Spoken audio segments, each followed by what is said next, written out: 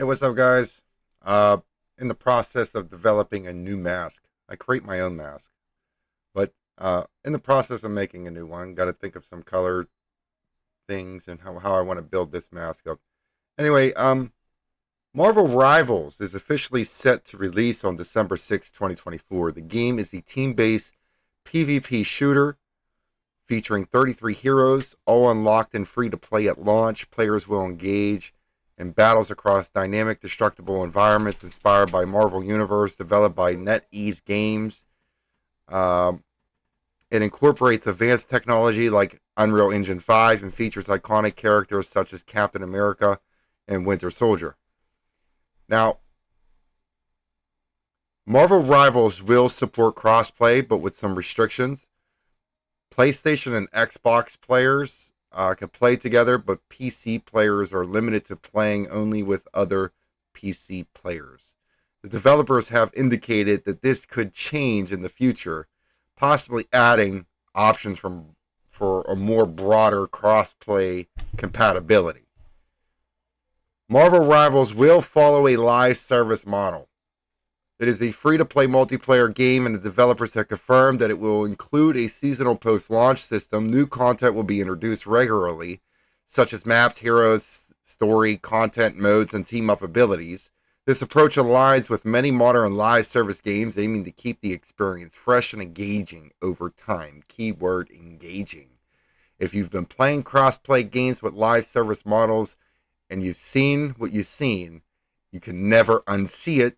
And I highly predict that that will be the same outcome for Marvel Rivals. I hate to be the one to say that, but I don't trust live service models. I do not trust cross-play games. They water down the experience so much. If you perform too well, the game throws you a curveball to throw you back into the grind. You see what I'm saying? These live service models, they grab a hold of you and suck the life out of you to get you to spend money, because it is the concurrent player base that is the value player. And let's face it, this is a Marvel game, so there's going to be some big time whales playing this game. I probably can guarantee that. So this game may last longer than what XDefiant did, but from the gameplay that I've seen, it looks amazing, but a lot of the gameplay that was captured was from beta test and everything else, and a lot of those people who played the beta test speak very highly of the game.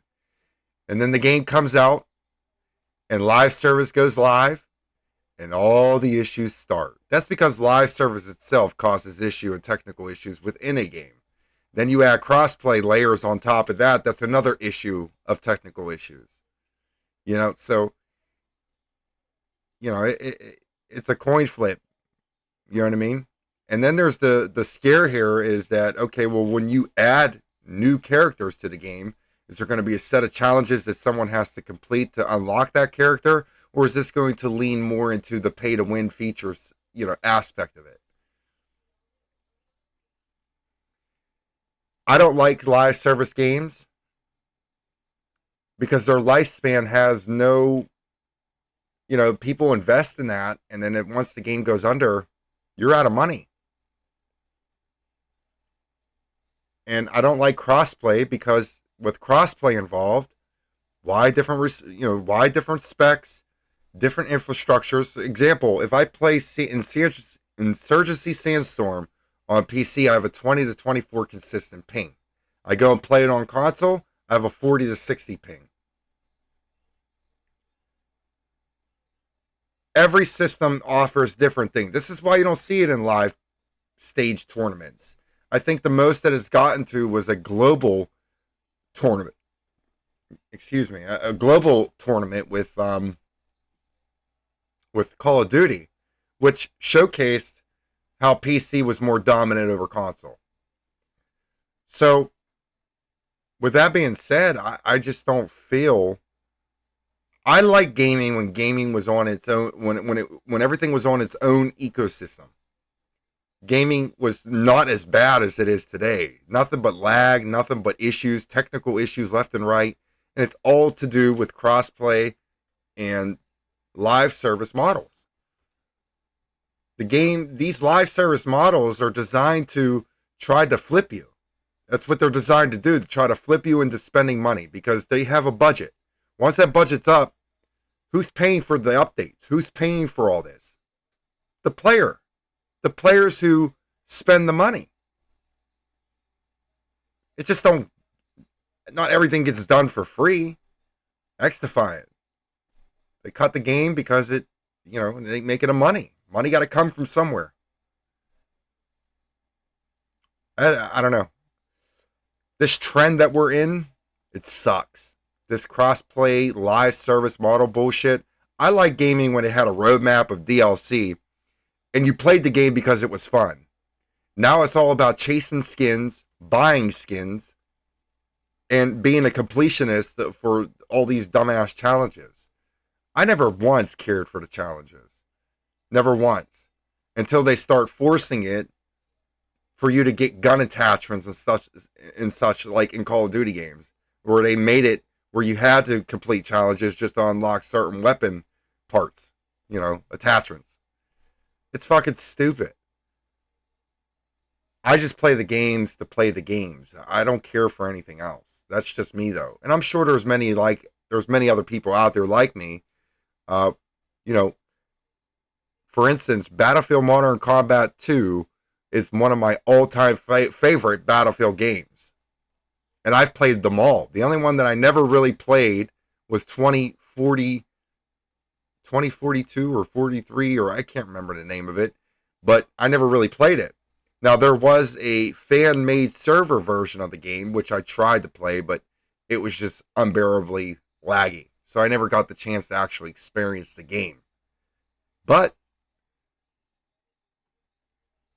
that, out of all those Battlefields, Battlefield Modern Combat 2 was my favorite because there was no meta weapons. It was skill. It was all based off of skill. And people played it religiously because of how competitive driven it was. And now today it's like a whole different ballpark.